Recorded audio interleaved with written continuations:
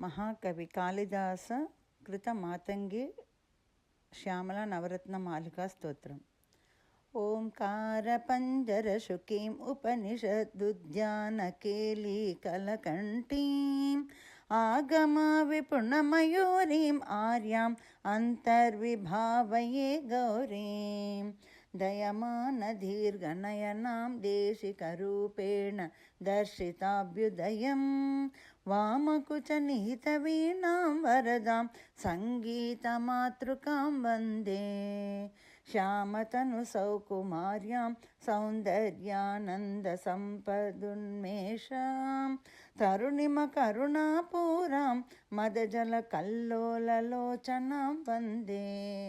नखमुखमुखरितवीणानादरसास्वाद नवनवोल्लासं मुखमम्बमोदयतु मां मुक्ता ताटङ्कमुग्धहसितं ते सरिगमपदनिरतां वीणा सङ्क्रान्तकान्तहस्तां तां शान्तां मृदुलस्वान्तां कुचभरतां तां नमामि शिवकान्ताम् अवटुतटघटितजूटीताडितताली पलाशताटङ्कां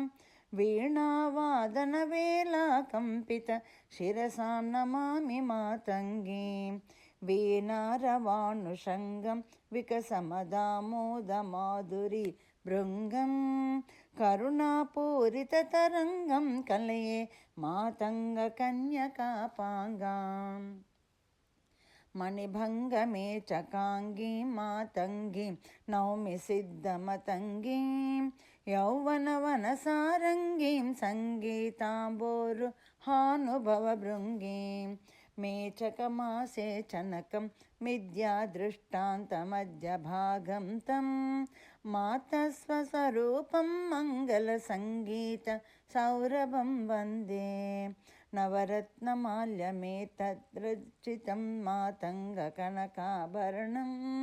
यः पठति भक्तियुक्तः स भवेत् वागीश्वरः साक्षात्।